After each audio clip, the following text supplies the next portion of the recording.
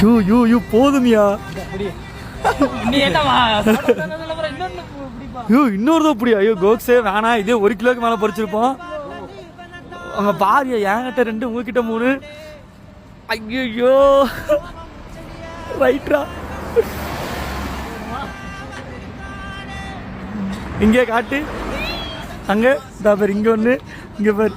ஐயோ போதும், ஊருக்காரெல்லாம் யாரோ வரத்துக்குள்ளே உள்ளே கொண்டு போய் போடுங்கய்யா.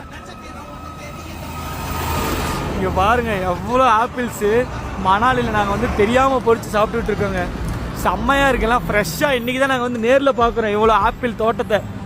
எப்படி இருக்குது பாருங்கள். நம்ம சிங்கக்குட்டி இங்கே இருக்கானா? பாருங்கள் ஆப்பிள் தோட்டம்.